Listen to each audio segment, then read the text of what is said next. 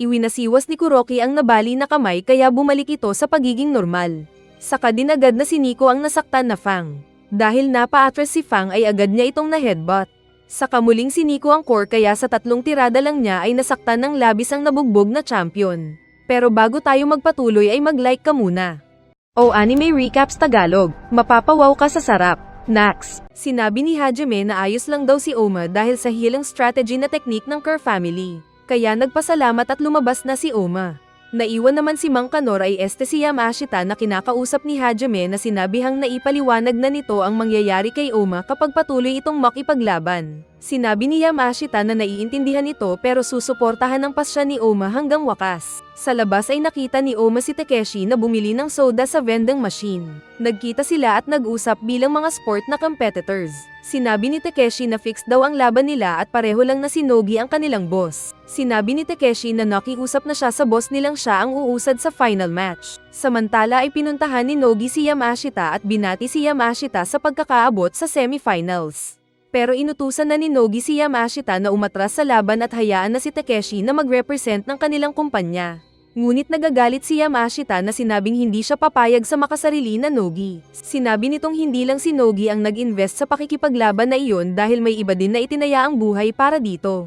Nagulat ng lubos si Nogi at sinabing baliw si Yamashita. Sinubukan ni Nogi na makumbinsi ang matanda na iatras si Oma at kakalimutan na nito ang utang ng matanda na 5 billion sa kanya. Ngunit sinabi pa rin ni Yamashita ang final decision nitong lalaban pa rin si Oma. Sinabi ni Nogi na hindi niya intensyon na maging boss ng Kengan Ashura. Pero nang araw na makilala daw si Yamashita ay iyon ang panahon na nagpasya siyang itaas ang standards. Kaya nagtaka ang bidang matanda. Sinabi naman ni Oma kay Takeshi na hindi niya ibibigay ang posisyon kay Takeshi ng ganun lang. Kaya maglalaban pa rin sila bilang last option. Sa pagpapatuloy ng laban ay tinawag ni Sayaka ang mga maglalaban. Nauna niyang tinawag si Oma. At nag-cheers ang marami nitong mga fans. Kasama na ang mga dating fighters na na-eliminate sa tournament. Nagtataka daw si Okubo kung bakit hindi umatras si Oma imbes na mag-isa lang naman ang kanilang boss na si Nogi. Kasunod na tinawag naman ni Sayaka si Takeshi, at nag-cheers naman ang mga fans nito. Sinabi ni Oma sa sarili na kakaiba daw ang pressure na nararamdaman nito dahil hindi katulad ng mga nakalaban na niya dati ang kaharap. Lalo na at parang si Superman ang tibay ng katawan nito. Nag-asta na siga si Takeshi gamit ang karate stance. Pero feeling ni Oma na naging southpaw ito para itago ang sira ng kaliwang mata nito. Pagsimula ng laban ay mabilis na sinuntok ni Takeshi si Oma na napa-atras at nataman ng suntok. Hindi makagalaw ang bida dahil sa magkakasunod na suntok ni Takeshi na kasing lakas ng sipa ng kabayo kaya nakadepensa lang si Oma. Feeling ni Oma ay hindi daw sapat ang defense nitong undestructible. Sumo karate daw ang gamit ni Takeshi sa pagsuntok ng walang tigil at nabilang ni Oma umabot ito ng 50. Saka pa naitapon si Oma sa pang-final punch ng combo ni Oma. Kahit nakatamba ang bida ay hindi sumugod si Takeshi dahil ayaw niyang makipaglaban ng bakla-bakla sa lupa dahil alam nitong marunong din si Oma ng grappling. At nagtataka naman si Oma dahil sa bigat ni Takeshi ay napakabilis nitong gumalaw. Tapos nang tatayo na sana si Oma ay walang lakas ang isa nitong kamay. Unti-unting lumalapit si Takeshi habang nagposisyon naman si Oma. Kaya natigil muna si Takeshi na nag-isip muna dahil alam niyang may balak ang bida na gawin. Sinabi ni Nogi kay Yamashita na alam nito ang stance na iyon ni Oma.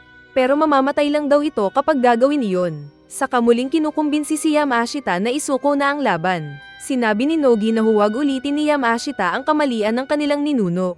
Kaya napatanong ang matanda kung ano ang sinasabi nito. Kaya nagkwento ang boss ng matanda na sinabing noong Edo period ay may isang fighter na pinakamalakas. May kakayahan itong maunawaan ang susunod na pag-atake ng kanyang kalaban kaya walang nakakatalo sa kanya. At ito daw ay kinuhang tauhan ng ninuno ni Nogi bilang kanyang samurai. At ang samurai na malakas na iyon ay nagngangalan daw na Ichino-sen Yamashita. Ito daw ang ninuno naman ni Yamashita kaya nagulat ito. At nakumpirma daw ni Nogi na mula siya sa family tree ni Ichino-sen dahil sa tagumpay niya noon sa laban nila sa kasino. Sa pagtagal ng panahon na magkasama ang lolo ni Nogi at lolo ni Yamashita, ay naging close silang magkaibigan. Masayang pumasok si Nag-iya at sinabi ang good news na posible na siya ang mano-nominate na chairman kapag nanalo sila sa Kengan Ashura. Pero nagulat ito nang makita ang sugat ng maskulado na Yamashita. Dahil daw ito sa last fight ni Yamashita. Pero sinabi ng fighter na gagawin nila ang lahat para manalo si Nag-iya. Kaso ay iyon daw ang unang yugto ng kanilang trahedya. Nakisali sila sa Kengan Ashura at nanalo naman sa laban nito si Achino-sen. Ngunit nasaktan ito ng labis at nanghina kaya gusto ni Nag-iya na itigil nila ang laban at next time na lang sila sasali. Pero sinabi ni Achino-sen na nakausap na daw nito ang doktor at mamamatay na daw siya. Kaya lalaban siya at hindi na aatras. Nakipaglaban nga siya at nabugbog pang lalo ang katawan.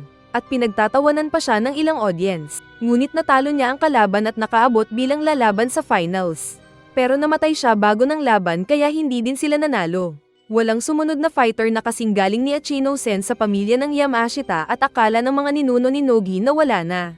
Kaya ito daw ang dahilan kung bakit gusto ni Nogi na maging president ng Kengan Association dahil gustong makamit ang mithiin ng kanilang ninuno noon nang makilala si Yamashita. Wala daw paki si Nogi sa nakalipas ng kanyang mga ninuno noon pero hindi niya matakbuhan ang responsibilidad na iniutos ng kanyang ninuno na si Nag-iya na kapag may makitang apo ni Achino-sen ay tulungan ito.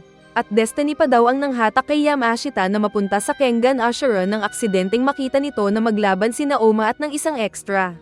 Alam na ni Nogi na babalik ang Yamashita Blood sa Kengan Ashura tournament.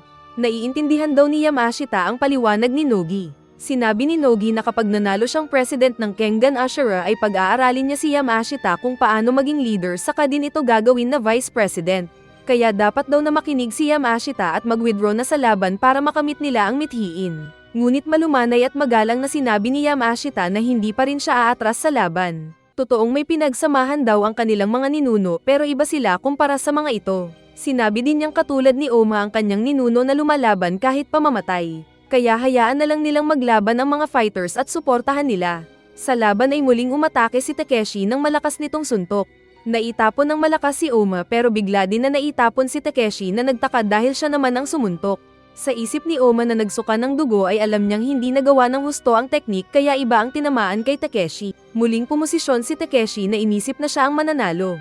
Ipinakita naman noong tinuturuan ni Nico si Oma ng konsepto ng Demon Slaughterer na teknik. Ginagamit daw ng teknik na ito ang sariling lakas ng pag-atake ng kalaban para maibalik din ito sa umatake kasama pa ng suntok ng gumagamit ng teknik. Kaya mas malakas ang impact ng suntok dulot ng Demon Slaughterer. Inaalala ito ni Oma pero dahil sa dami ng sira ng katawan niya ay hindi siya makapag-relax para gawin ang teknik. Muling kaagad na umatake si Takeshi na sipa na iniwasan ni Oma. Ngunit ginamit ni Takeshi ang isang paa at sinipa ang tagiliran ng bida na nasaktan kaya siya natamba. Muling umatake ng tuhod si Takeshi na iniiwas ng bida. Nagkaroon naman ng pagkakataon si Oma na sumuntok-suntok pero nakakaiwas si Takeshi na ipinagtaka ng bida dahil alam naman niyang nasira ang isang mata ni Takeshi. At sa isang malakas na suntok ni Takeshi ay napa-atras si Oma. Saka din sunod-sunod na sumuntok-suntok pa si Takeshi ng malalakas. Sinipa ni Oma ang paa ni Takeshi. Ngunit gumanti si Takeshi ng mas maraming mga sipa na kinasaktan ng paa ng bida. Kaya parang naging pulang longganisa ang paa ni Oma.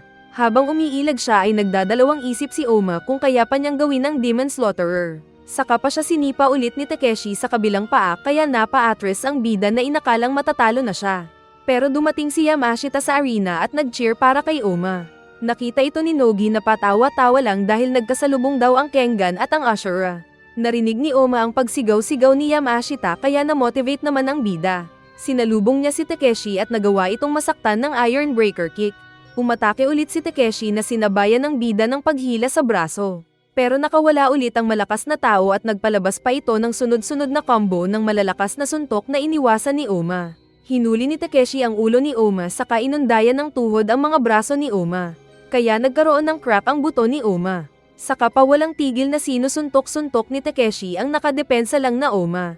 Sinabi ng mga nanonood na parang style away kanto daw ang pagsuntok ni Takeshi dahil suntok lang ng suntok na walang style. Dahil sa isip kasi ni Takeshi ay hindi daw niya minamaliit ang bida dahil ito ang tumalo sa mga malalakas na player doon. Sumuntok ng left knockout punch si Takeshi na inakala ng bida na kanyang may ilagan. Pero ang right punch pala ni Takeshi ang final blow nito. Saka nagkaroon ng pagsabog sa ring na ikinagulat ng mga nanonood. At ipinakita na si Takeshi ang duguan na nakabulagta sa lupa. Ipinakitang noong binalak ni Takeshi na gamitan ng final right punch si Oma ay alam ng bida na ito ang kanyang pag-atake. Kaya nagawa niyang magamit ang Demon Slaughterer technique at nasipa si Takeshi sa ulo na naitapon. Alam daw ni Kuroki ang teknik na iyon dahil nakita na ito noon kay Nico. Ngunit hindi pa rin niya ito maiiwasan kapag siya ang nasa sitwasyon ni Takeshi. Akala ni Oma kung tapos na ang laban nila. Pero muling tumatayo si Takeshi na ikinagulat ng mga nanunood. Gusto ng manager ni Takeshi na tumigil na ito sa pakikipaglaban. At ganun din ang iniisip ni Uma. Sinabi ni Takeshi na nakatayo pa siya na ikinabilib naman ng bida. Saka din lang sinuntok si Takeshi at natapos ang kanilang laban. Buhay pa naman si Takeshi na nag-emo sa recovery room nito dahil sa pagkatalo sa kanya ni Uma. At sinabi ng kanyang manager na ayos lang ang lahat basta importante ay buhay siya. Nais daw sanang mabayaran ni Takeshi ang boss manager nito dahil sa pagtulong sa kanya. At naisip ng chairman na naging successful ang company nila dahil sa mga masipag na empleyado at magaling na fighter na tulad ni Takeshi. Wala sa isip niyang maging Kengan Ashura president. Pero sinabi din nitong kung magiging Kengan Ashura president man siya next time ay kailangan niya ng makakasama. Saka nakipag-shake hands kay Takeshi. Nag-uusap ang mga natalo na fighters at sinabi ni Rihita na papanoorin ito ang laban ng bagong master na si Kuroki. Kaya nagtaka ang mga kausap na bakit nito sinusuportahan ng fighter na tumalo sa kanya. At sinabi nitong wala siyang magagawa dahil hanggat hindi niya matatalo ang master ay kailangan niyang mag-aral at magpalakas. Saka sinabi sa mga kaharap na tatalunin din sila kalaunan. Saka ito agad umalis para panoorin ang laban ni Kuroki. Kaya naisip din ng mga naiwan na papanoorin din ang magandang laban na susunod. Nag-usap sina Kaide at Nogi at nagtaka ang secretary dahil bakit daw pinayagan ng manager si Oma na siya ang lalaban. Alam niyang may nangyari pagkatapos nilang mag-usap ni Yamashita. Samantala ay sinabihan ni Hajime ang bida na magpahinga muna bago ng final fight. Alam ng doktor na dahil sa huling teknik na ginamit ng bida ay nasira ang internal organs nito. At tiyak na matatalo at mamamatay lang ito sa final fight. Pero hindi daw niya maintindihan dahil masaya pa daw ang bida na feeling ay mananalo sa finals. Ipinakita naman ng mga managers ni Fang at Kuroki at sinabi ng cowboy na wala daw siyang interest sa kapangyarihan para maging boss ng Kengan Ashura. Pero nang dumating daw ang old friend nitong si Kuroki para magpa-sponsor sa kanya ay hindi siya nakatanggi. At napanaginipan daw niya ang laban ng dalawa na natalo si Fang. Unang tinawag ni Sayaka ang mas matandang fighter na si Kuroki. Saka din tinawag ang seryosong fighter na si Fang. Ramdam daw ng mga fighters na kakaiba ang aura ng laban na iyon. Sinabi ng ref na umpisahan na ang laban. Pero hindi gumalaw ang mga fighters na nakaposisyon lang at nagkakatitigan ang dalawa. Akala ni Tyson kung parehong nais mag-counter-attack ng mga fighters. Pero sinabi ni Takeshi na naglalaban na pala ang mga ito sa kanilang utak kanina pa. Nababasa nila ang daloy ng enerhiya sa katawan ng isa't isa. Naunang tumakbo si Kuroki na tumusok ng daliri pero naiwasan ni Fang na umatake na iniwasan din ni Kuroki. Saka na sila nagpapalitan ng pag-atake na parang lumulusot sa katawan ng bawat isa. Sa pagpapatuloy nila ng kakaibang teknik ay si Kuroki ang unang nasugatan sa ulo. Saka pa siya nasuntok sa mukha. Pero nakabawi siya ng pagtusok sa dibdib ni Fang gamit ng kanyang Devil Lance. Ipinakita ang nakalipas ni Kuroki noong nagpunta siya ng isang templo na kinababagsakan ng mga palaging busted para magka-jowa kaya nagiging kalbo.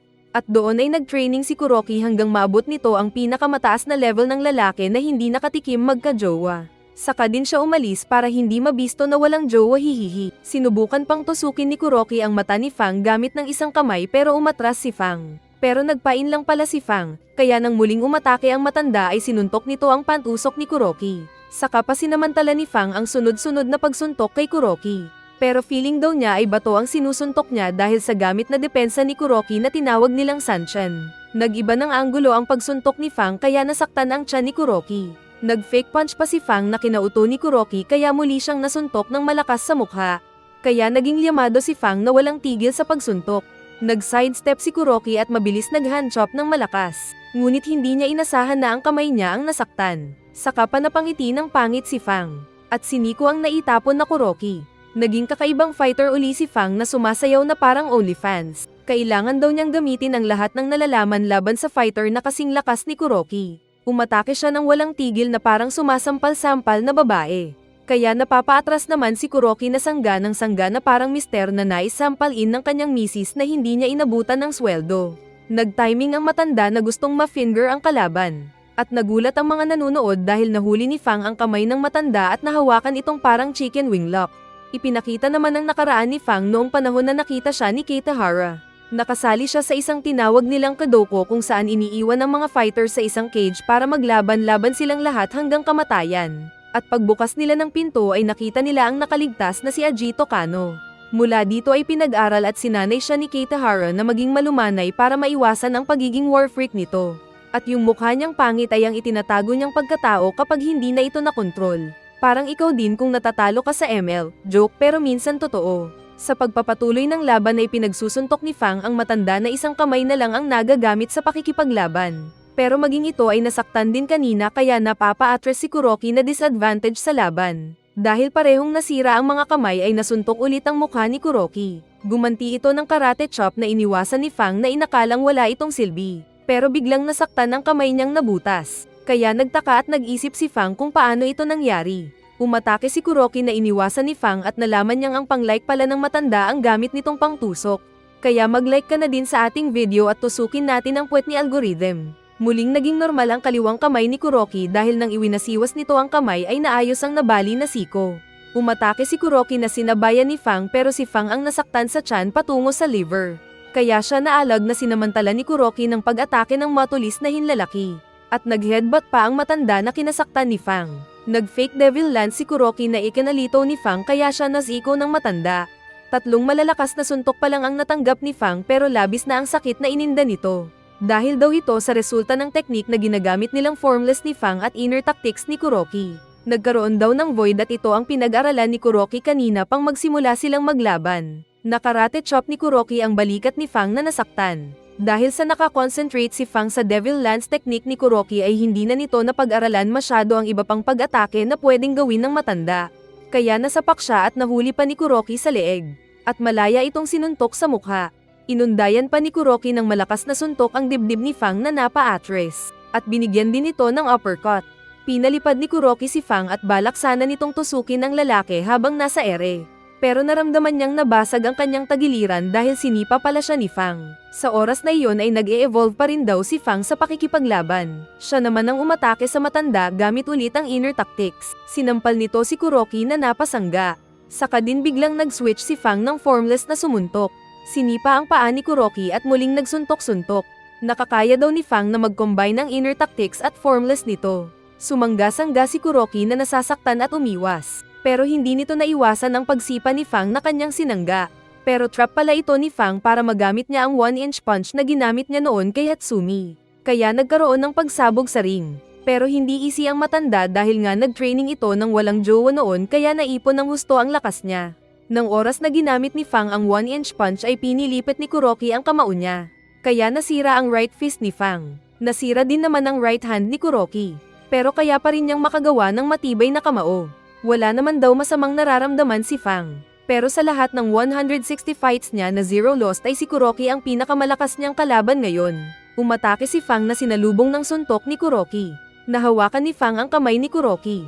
Pero nagdugo ang sugat niya sa dibdib at nabitawan ang kamay ni Kuroki. Binalak mang tuhod ni Fang, pero ginamitan siya ng sampal sa mukha ni Kuroki. Saka din agad tinuhad. Umatake ng mabilis si Fang pero na-knockout siya ng suntok ng matanda. Nakailag ulit si Fang na muling umatake pero nasiko siya ng malakas ni Kuroki. Natigilan si Fang kaya nagka-score ng multiple punch si Kuroki sa katawan niya. Hindi pa rin sumusuko ang matapang na Fang. Ngunit na-smackdown na siya ng matanda sa mukha na parang tirada ni John Cena. At habang natutumba siya ay sinabi niya sa isip na tatalunin niya balang araw si Kuroki. Saka pinalaya ni Kuroki ang final blow nito kay Fang at natalo ang dating champion na bumagsak sa lupa. Dahil sa pagkatalo ni Fang ay napagtanto ng mga fighters na magkakaroon ng pagbabago ang Kengan Ashura. Sa backstage ay humingi ng patawad si Fang kay Kitahara dahil sa pagkatalo. Pero sinabi ng manager na hindi ito problema. Sinabi niyang siya mismo ang nag-invite kay Kuroki na sumali sa Kengan Ashura. Dahil matagal na panahon na siya ang chairman ay nababagot siya ng labis. At ngayon nga ay nagkatotoo na mayroong mga tao na nagbibigay sa kanya ng excitement para palitan siya sa kanyang trono. Alam niyang tapos na ang era niya doon pero hindi pa rin siya titigil sa pag-challenge ng hinaharap. Sinabi din niya kay Fang na oras na din para tumahak ang lalaki ng bagong challenge sa buhay nito. Nagpasalamat ang matanda sa serbisyo ni Fang na nagbaw. At saka din ito naglakad para panoorin daw ang final match. Hinahanap ni Kaide si Oma at nagtanong kay Yamashita. At sinabi ng matanda na nasa labas ito at may kausap.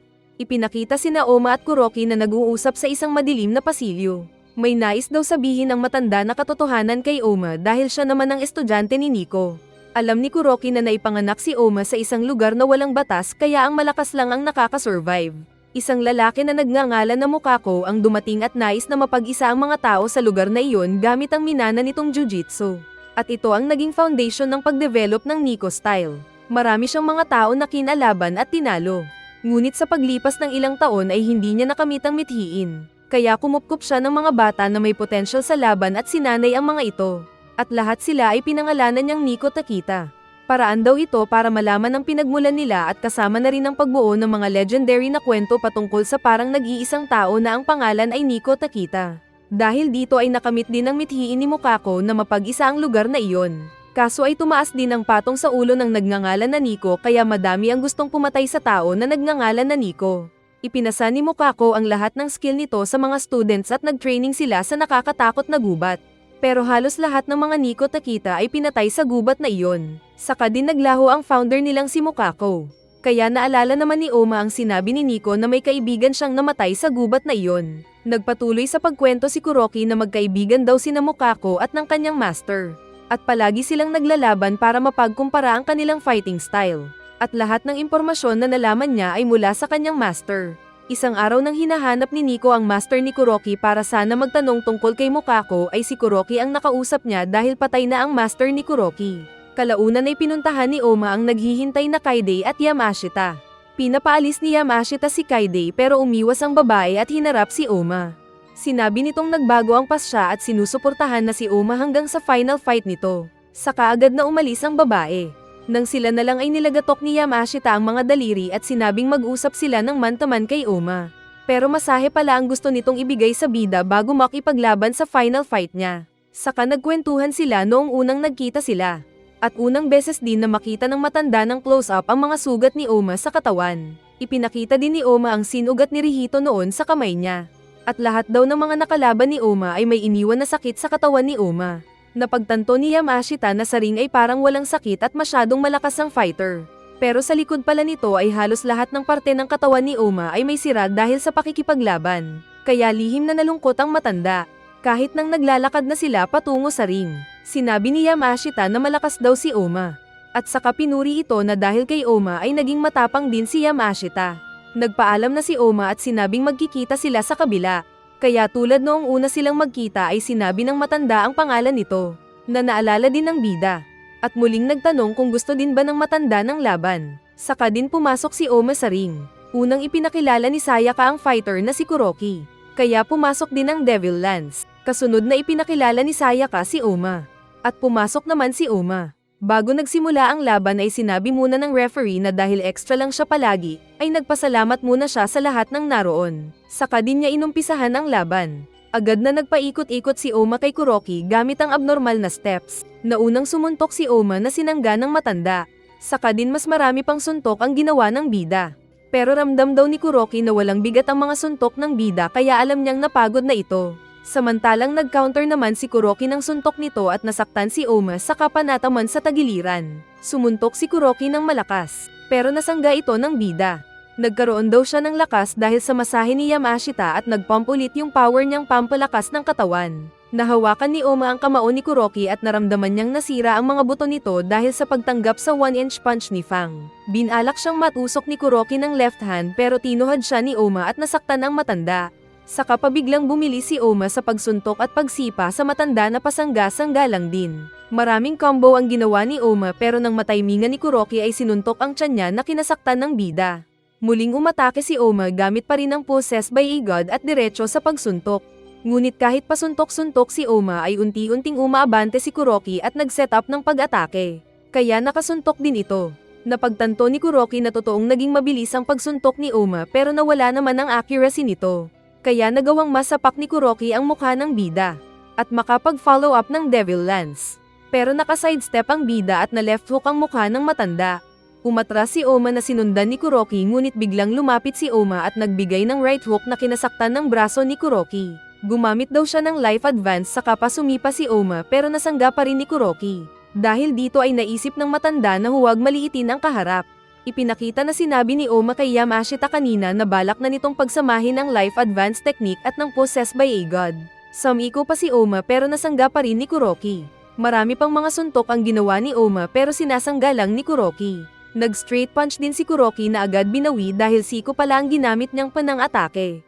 Pinasundan niya ito ng pump punch na iniwasan ni Nico na bumilis. Mabilis na umikot-ikot si Oma at nag-hit and run kay Kuroki na nakakasangga pa rin. Nagagawa daw mabalance ni Oma ang gamit na Nico style. Ngunit pag-atake niya ulit ay sinapak siya ni Kuroki at naitapon. Bumangon ulit ang bida na patuloy sa pag-straight punch. Sinipa siya ni Kuroki gamit ang Devil Lance pero mabuti na lang at nakatalon si Oma paatras. Agad siyang bumalik sa pag-atake sa side ni Kuroki na kinagulat ni Cosmo dahil sa bilis niya. Ngunit siya ang sinaktan ni Kuroki na mas malaki ang kamao. Dahil sa suntok ni Kuroki ay nabasag pang lalo ang buto ni Oma. Sumuntok pa si Kuroki na na-deflect ni Oma. Ngunit nasaktan ang bida sa mga kasunod na pag-atake ni Kuroki sa kanya. Sa isip ni Kuroki ay mas naangasan na ni Oma ang lakas ni Nico noon. Sumugod ang bida na pinasalubungan ni Kuroki ng suntok. Pero umilag ito pababa. Kaso ay nakaabang ang tuhod ni Kuroki at sapol si Oma sa panga. Nag-elbow si Kuroki na sinangga at tinakbuhan ni Oma. Pero hindi niya naiwasan ang karate chop ng matanda sa kanyang balikat kaya nag-crack din ang buto ni Oma. Saka pa siya nataman ng mabibigat na suntok ni Kuroki. Sinuntok ni Kuroki ang mukha ni Oma. Pero sinamantala ito ng bida at hinuli ang kamay ni Kuroki at nag-arm lock. Ngunit hindi sanay sa bakla-bakla ang matanda na ginamit ang matulis na daliri at tinusok ang legs ng bida. Ganyan katalam ang daliri ng walang jowa. Napaatres si Oma na nakaiwas pa naman sa sipa ng matanda. Ngunit sa isip ni Yamashita ay masisira ang footwork ng bida. Dahil sa pagdugo ng sugat ay tinanggal ni Oma ang possessed by a god na technique. Kaya sinabi ni Kuroki na ano na ang ipanglalaban ni Oma. Sinabi ni Kuroki na tatapusin na nito si Oma sabay handa ng malakas na suntok. Pero sinangga ng bida ang suntok ng matanda. At maging ang mga kasunod na pagtusok ni Kuroki ng suntok ay nagagawa ng bida na ma-deflect ito. Naalala daw ni Oma noong iniligtas siya ni Nico mula sa bala ng baril noon. At iyon ang gamit niyang pangsangga sa parang bala ng baril na suntok ni Kuroki. Nadaplisan ng tenga ng bida. Saka siya napaatres. Dahil naistorbo siya saglit sa dugo sa mata ay nasuntok siya ni Kuroki ng napakalakas at naalag ang utak niya. Saka pa siya pinagko-combo ni Kuroki habang nawawalan siya ng ulirat. Nakita niya ang sumisigaw na Yamashita sa gilid pero wala siyang marinig. Saka din niya naalala ang nakalipas sa buhay niya at lahat ng mga tao na nakilala niya. At ang naging close ay si Yamashita. Narinig niya ang sigaw ni Yamashita at muscle memory na bigla siyang sumuntok ng may bigat na kinagulat ni Kuroki. Ipinakitang simula pagkabata ay gustong lumakas ni Yamashita. Kaya siya sumali sa judo. Pero kaagad siyang ibinalibag at natalo.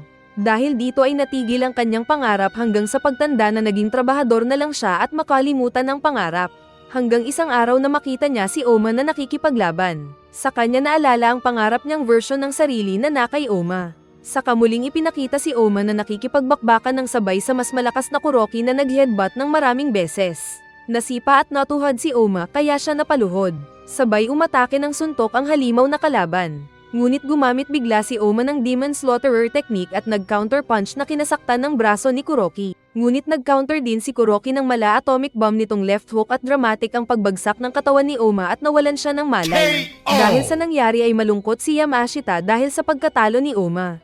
Pinuntahan ni Kuremi ang opisina ni Nogi at kinausap ito. Labis ang gulat ni Nogi nang sabihin ni Kuremi na ibibigay kay Nogi ang posisyon ng pagiging Kengan Ashura President. Ang nickname daw ni Kuremi na bigay ng ninuno nitong Native Americans ay Yellowhawk. Kapag siya kasi ang naging leader ng Kengan Ashura ay hindi na siya malaya sa paglipad. At sa paraan din na ito ay maliligtas ang mga nakataya na bilyon-bilyon na kayamanan ni Nogi. Masaya si Kaide sa balitang narinig dahil maging sila ay naligtas din sa labis na pagkakautang. Pero nagseryoso ulit sila nang mapag-usapan nila si Oma. Sinabi ni Yamashita na tulog pa rin daw si Oma na bumagsak sa laban. Biglang dumating si Hajime na hinahanap si Oma. Sinabi ng doktor na nagising na si Oma pero hindi pa ito ayos. Akala ni Kaide kung ayos na si Oma kaya masaya ito. Samantalang agad na tumakbo si Yamashita para hanapin ang bida. Sa kinaroroonan naman ni Karura ay malungkot siya dahil in love siya kay Oma. Ngunit parang hindi magiging sila kaya naluluha ito. Sa paglubog ng araw ay nakaupo naman si Oma sa ilalim ng isang puno habang mababaw ang paghinga nito. Nagsalita bigla si Nico sa likod niya na kaunti na lang sana ay nanalo na siya. Masaya daw si Oma na makita ito. Ngunit sumagot si Nico na parte na lang ito ng kanyang imagination. Pero masaya pa rin ang bida na sinabing kapag naka-recover ulit siya ay babalik siya sa pakikipaglaban. Nag-usap pa ang dalawa patungkol sa mga memories ni Oma sa pakikipaglaban nito. Hanggang nawala ang kausap ni Oma na nagmula lang sa imagination nito. Kasabay ng paglubog ng araw ay nagpaalam din ang bida. Madilim na nang makita ni Yamashita ang bida na nakaupo ng tahimik sa ilalim ng puno. Yung mga bituin pa daw ang unang pinansin ni Yamashita para makausap ang bida. Saka sinabing bukas ay babalik na sila sa kani-kanilang mga normal na buhay. At ilan sa mga nakilala nila doon ang hindi na nila makikita kailanman. Saka din naluha ang matanda dahil hindi sumasagot ang bida. At alam niyang namatay na ito. Kaya naluluha ang kawawang Yamashita na nagpaalam na kay Oma. Mamimiss daw niya ito. Saka din ipinakita si Oma na nakangiti na namatay. Pagkatapos ng ilang araw ay nag-resign si Yamashita sa trabaho. Nagkita naman sina Okubo at Ryo na may dalang bulaklak. Saka sila naglakad sa nature park sa Japan. Samantala ay nagpaalam naman na si Fang o si Ajito sa kasamahan nitong bodyguard ni Keitahara. Maglalakbay daw siya para madiskubre ang sarili. Dahil hindi na gaanong sinasakyan ni Minoru ang motor ay ibinigay na niya ito kay Ajito. At gusto naman ng loko ang libre na motor. Samantala sa Bamboo Park ay nakita ni Ryo at Okubo si Cosmo na naroon din na naghihilom na rin ang sugat. Nagchismis ang mga ito patungkol kay Adam na tinuturuan ng master ni Cosmo. Samantalang sumali na si Haruo kay Jun para mag-aral pa ng wrestling. Nagkwentuhan pa sila ng tungkol sa ibang mga fighters. At nang makarating na sila sa bato na kinamatayan ni Oma ay binati nila ito. Samantala ay nag-training naman si Rihito bilang student ni Kuroki. Katabi nito ang master na kahit nasa ilalim ng mabigat na bagsak ng tubig ay hindi daw ito sapat para sa kanya. At alam niyang lalakas pa daw siya. Sa pag-alis ni Yamashita sa trabaho nito ay nagpasalamat siya sa mga kasama at sa Nogi Company. Pero yung boss nila ang hindi bet ang matandang bida.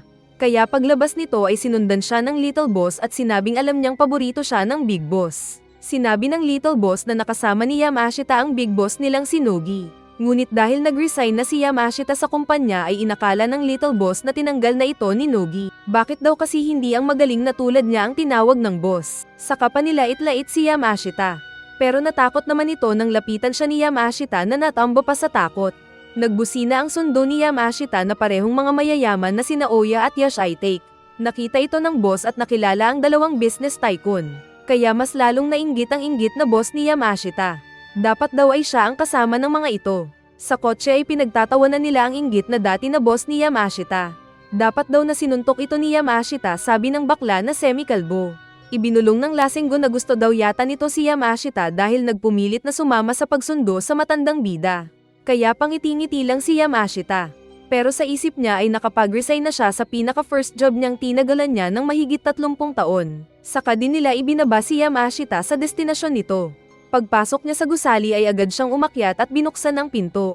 Naroon na pala si Kaide na naghihintay at may mga karton na tambak doon. Si Yamashita ang bagong president ng bagong kumpanya na Yamashita Corporation. At kasama daw niya si Oma sa kanyang bagong paglalakbay sa buhay. At natapos ang series. Para sa mga malungkot dahil sa pagkamatay ni Oma, ay huwag kayong malungkot dahil sa manga ay nabuhay itong si Oma. Dahil ang totoo ay kinuha ng Kerr family ang katawan niya at isinailalim sa kanilang secret healing technique. At lalabas siyang muli kung sakali mang may katuloy ang anime na ito.